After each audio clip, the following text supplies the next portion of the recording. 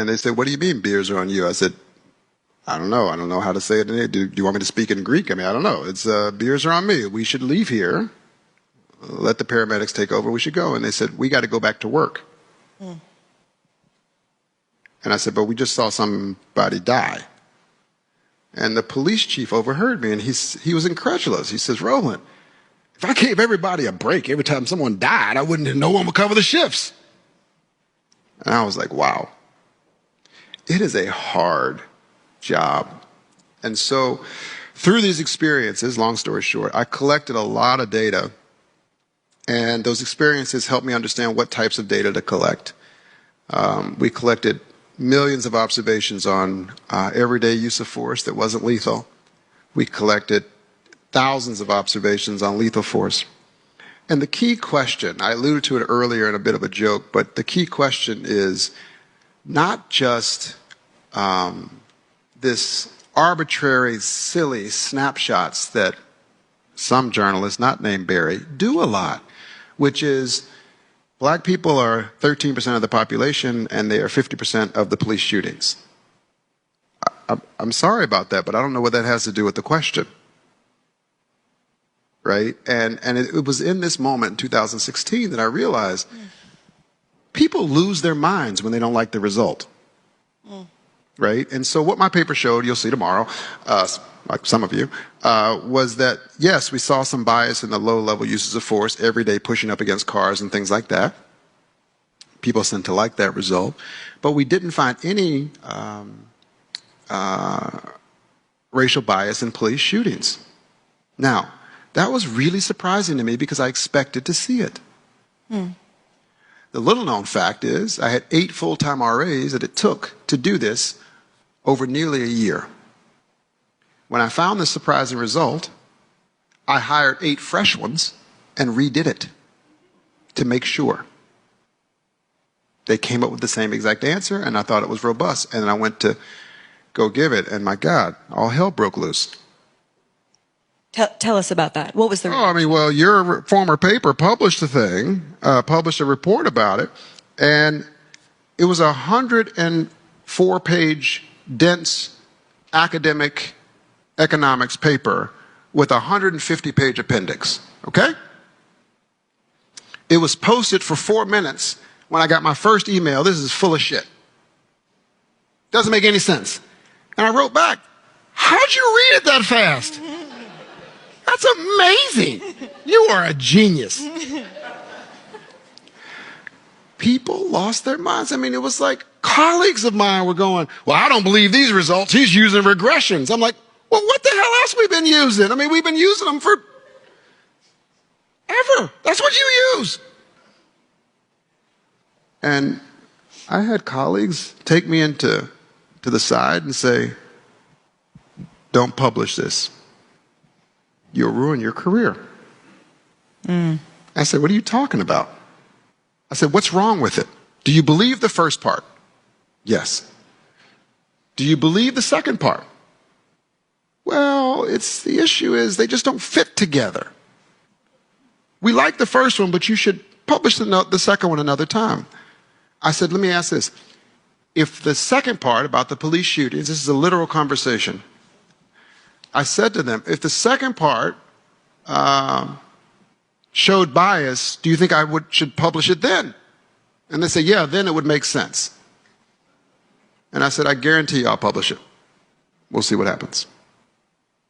So it was, you know, I lived under police protection for about 30 or 40 days. I had a 7-day-old daughter at the time. I remember going and shopping for it because, you know, when you have a newborn, you think you have enough diapers, you don't. So I was going to the grocery store to get diapers with an armed guard. It was crazy. It was really, truly crazy. Yeah, it was a really phenomenal experience. There are a lot of people, many people, and this has been a realization for me over the past few years of my own life, who faced with that exact decision point would make the opposite choice. I think the majority of people actually would make the opposite choice.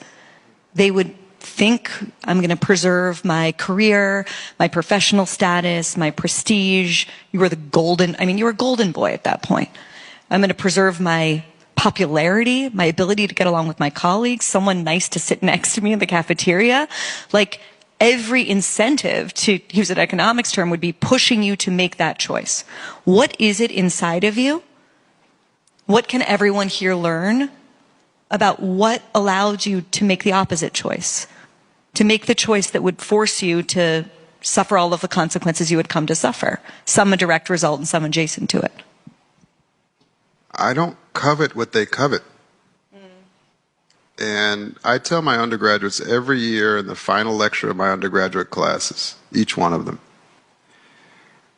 the key to Harvard is get a great education without letting this place change you. It's really important. It can be corrupting.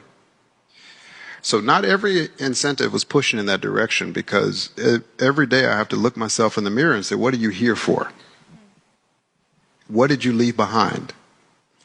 I did not grow up wanting to go to Harvard. I didn't. I really didn't. I wanted to do something. And I, like many others in here, I want to acknowledge that, have suffered a lot of losses in my life. My grandmother's no longer here. My father is dead. I don't know where my mother is. They're all gone. Every single cousin is gone. My favorite cousin, the day he got released out of prison after 25 years, someone walked up behind him and shot him directly in the head. So I have to make this journey worth it. I am here because I want to solve problems. I am here because I have seen so much talent in these neighborhoods, and I know they know bullshit when they see it. So I'm not going to lie to them.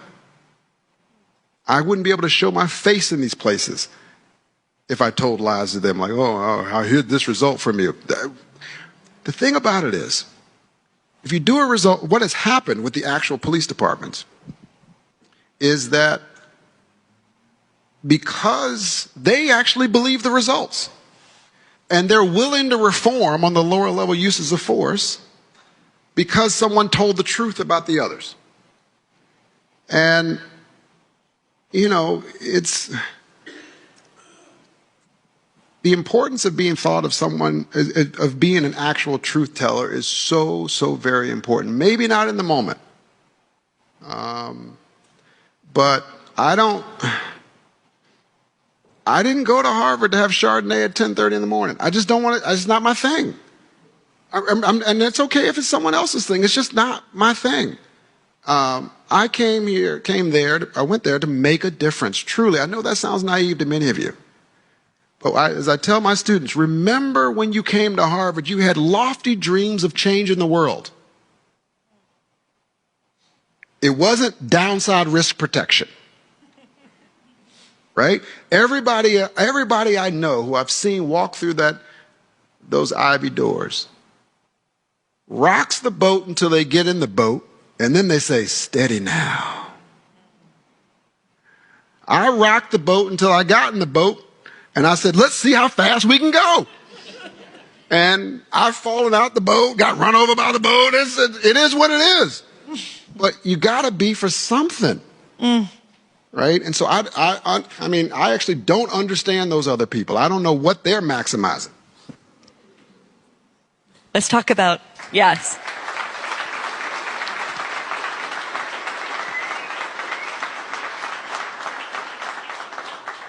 Let's talk about getting, I don't know if you can get run over by a boat, but falling out of the boat. So you write this paper, publish it. Your daughter's 7 days old. You have police protection. It's a dumpster fire, probably. That's how you're describing it. And then in 2017, Harvard opens this investigation